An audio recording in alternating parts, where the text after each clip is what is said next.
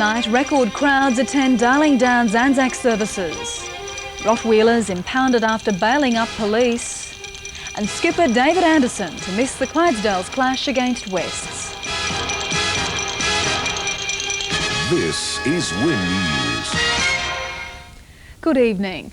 There'd be plenty of support on the Darling Downs for Anzac Day to become Australia's national day if the size of the crowds at today's remembrance services are anything to go by.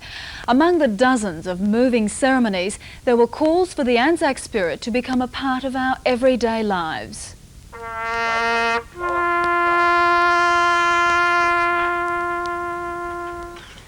The dawn service in Toowoomba, marking the 82nd anniversary of the Anzacs landing at Gallipoli.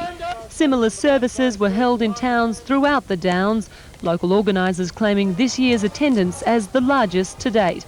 Later, a special wreath-laying ceremony at Mothers Memorial, followed by the Anzac Day March. Veterans from all the wars joined current servicemen and women on the city streets lined by hundreds of well-wishers.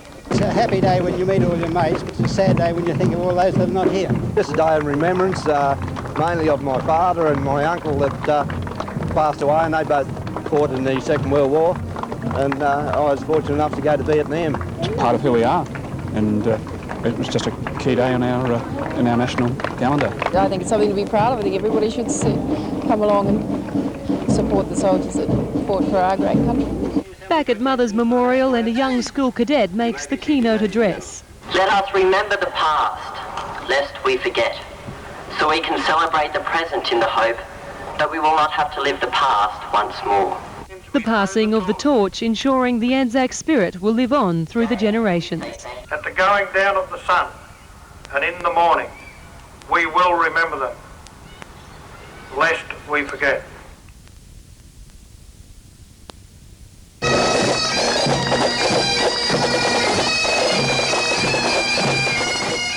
Further south, a sight to warm the hearts of Warwick's war diggers.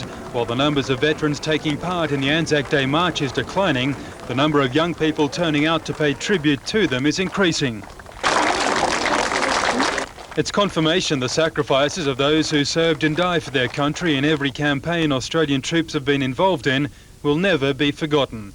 It's also the day that clearly does most to evoke a national spirit among Australians, adding weight to the argument of those who believe Anzac Day should be our national day. Among the messages from guest speaker, Army Chaplain Rod McCarthy, respect for the institution of the monarchy, using his own commissioning in 1978 as a reminder that Australian troops still serve the Queen. Again, not principally on behalf of my own role and new responsibility, but on behalf of the Queen of Australia. I say that deliberately. It's the Anzac spirit, the chaplain says, which should be remembered all year round to cope with what he calls the social battlegrounds of everyday life. Fortunately, Anzac Day turns upside down our normal complacent attitude to the peace and freedom we not only enjoy, we seem to take as a God-given right. Following tradition, the former and current servicemen and women retire to the RSL to relive old stories and make up new ones. In Warwick, Matt Dunstan, Win News. Animal control officers impounded 2 Rottweilers today after they lunged at a man and held 2 police officers at bay. Toowoomba Council is investigating the incident and, depending on the circumstances, may consider declaring the dogs dangerous.